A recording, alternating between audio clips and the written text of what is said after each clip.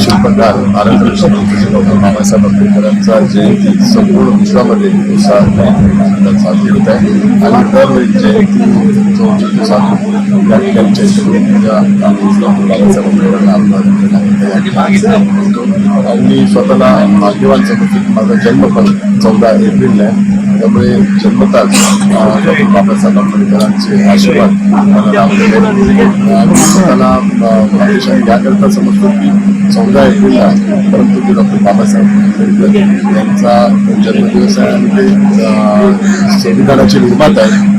माझा पण जन्म 14 एप्रिल असल्या कारणामुळे मी कुठेतरी स्वतःला संविधानाचं रक्षण करत असतो.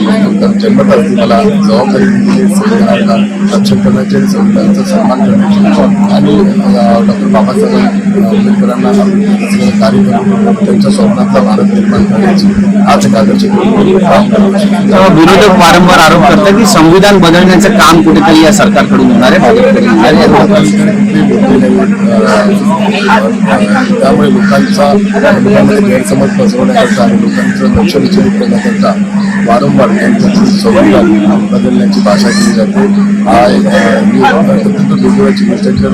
ज्या पंतप्रधानांनी संविधानाचा सन्मान केला, संविधान दिवस हा साजरा करण्याच्या संदर्भात घोषणा केली आणि शासनातर्फे संविधान कार्यक्रम त्या ठिकाणी आयोजित केले आणि संविधानाच्या रक्षणाकरता आणि सन्मानाकरता कित्येक अशा गोष्टी माननीय पंतप्रधान मोदीजींनी केलेल्या आहेत. त्यामुळे कुठेतरी मोदीजींचं नाव खराब करण्याकरता आणि इलेक्शनमध्ये लोकांचं लक्ष विचलित करण्याकरता हा मुद्दा वारंवार समोर होतो.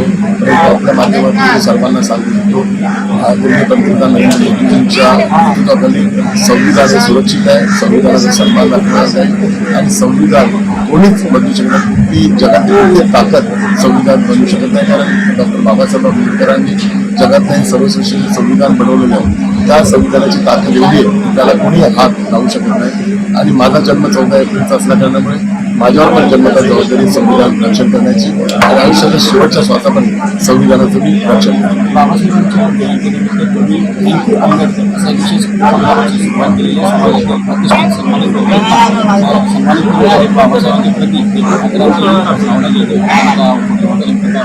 आज आम्ही बाबासाहेब आंबेडकर यांची जयंती माध्यमातून एक नवीन उपक्रम आम्ही हाती घेतलेला आहे.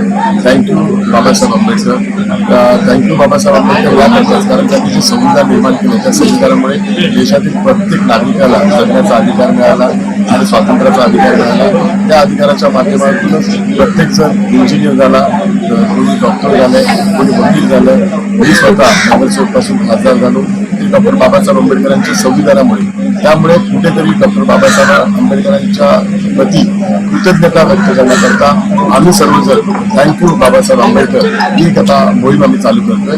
त्यामुळे देशातल्या प्रत्येक नागरिकाने संविधानाच्या माध्यमातून त्यांना जे अधिकार मिळालेले, त्यांना जी प्रतिष्ठा मिळालेली आहे त्याकरता त्यांनी डॉक्टर बाबासाहेब आंबेडकरांच्या प्रती कृतज्ञता व्यक्त करून थँक्यू बाबासाहेब आंबेडकर या उपक्रमाला साथ द्या.